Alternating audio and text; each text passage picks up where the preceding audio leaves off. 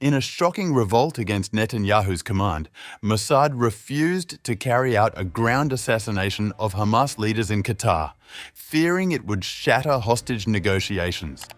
Undeterred, Israel launched a reckless long-range missile strike, blinding, chaotic, and poorly planned. The result? Missed targets, civilian deaths, and the near collapse of Middle East diplomacy.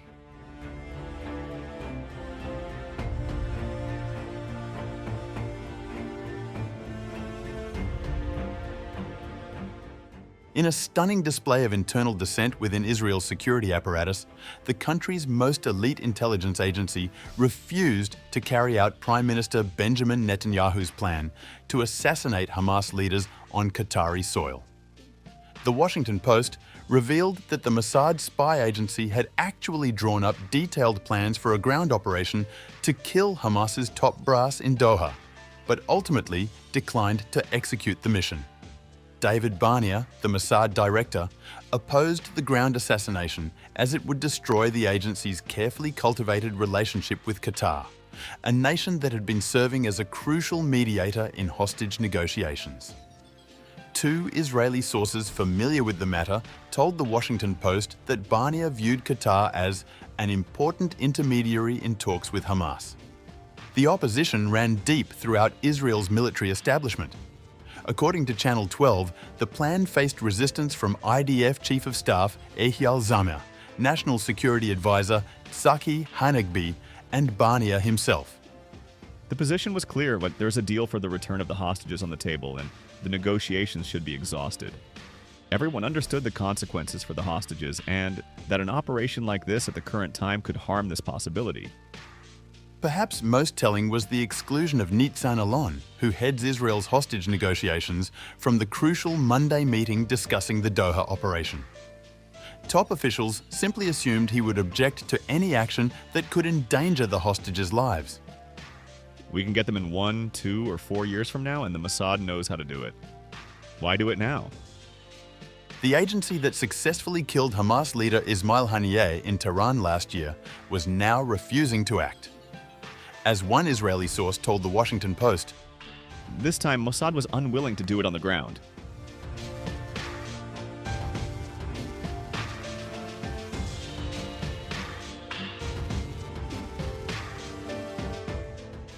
Forced to abandon the Mossad's ground operation, Israel turned to an audacious alternative that would showcase its strategic miscalculation.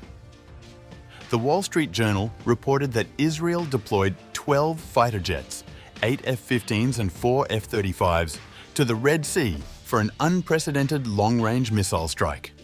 Israeli aircraft fired air-launched ballistic missiles into space over Saudi Arabia, targeting Doha on the opposite side of the Arabian Peninsula.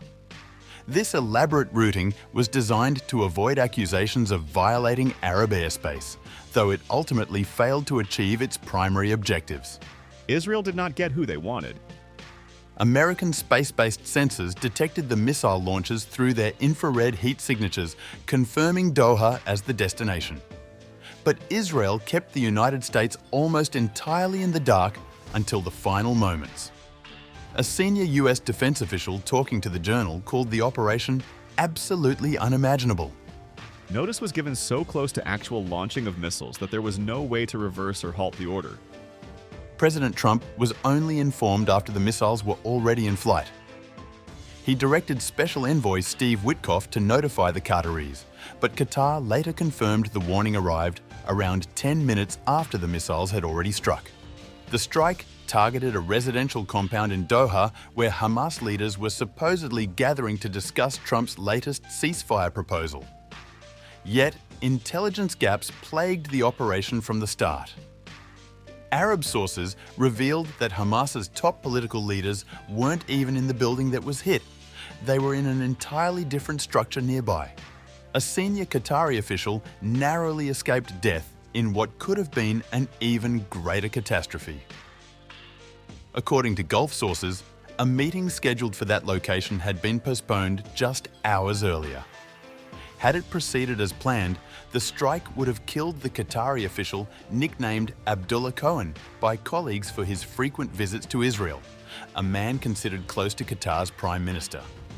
The strike killed 5 individuals: Jihad Labad, head of senior Hamas official Khalil al-Hayya's office; al-Hayya's son Hammam; 3 associates described as advisors or bodyguards, and a Qatari security officer.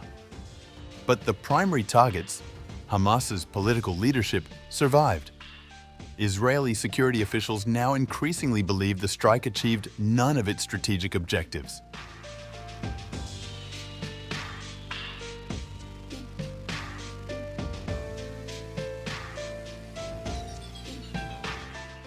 The diplomatic fallout has forced the Trump administration into a delicate balancing act between 2 crucial Middle East allies. Secretary of State Marco Rubio met with Qatar's Prime Minister Sheikh Mohammed bin Abdul Rahman Al Thani at the White House Friday, just 1 day before departing for Israel in a carefully choreographed show of support. Trump himself has expressed clear displeasure with Netanyahu's decision.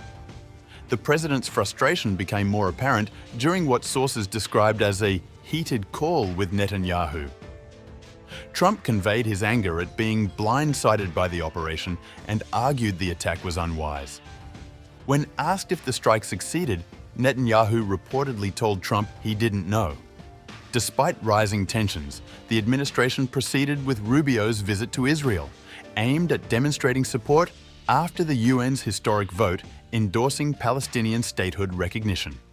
The Secretary and Israeli leaders will discuss Israeli operational goals and objectives related to Operation Gideon's Chariots II and our commitment to fight anti-Israel actions, including unilateral recognition of a Palestinian state that rewards Hamas terrorism and lawfare at the ICC and ICJ. The diplomatic repair work continued Friday evening in New York, where Trump and Special Envoy Steve Witkoff had dinner with the Qatari PM. At the United Nations Security Council Thursday, Sheikh Mohammed had delivered a pointed message about Israel's actions. Israel, led by blusterous extremists, has gone beyond any borders, any limitations when it comes to behavior. Yet he also pledged that Qatar would continue its mediation role.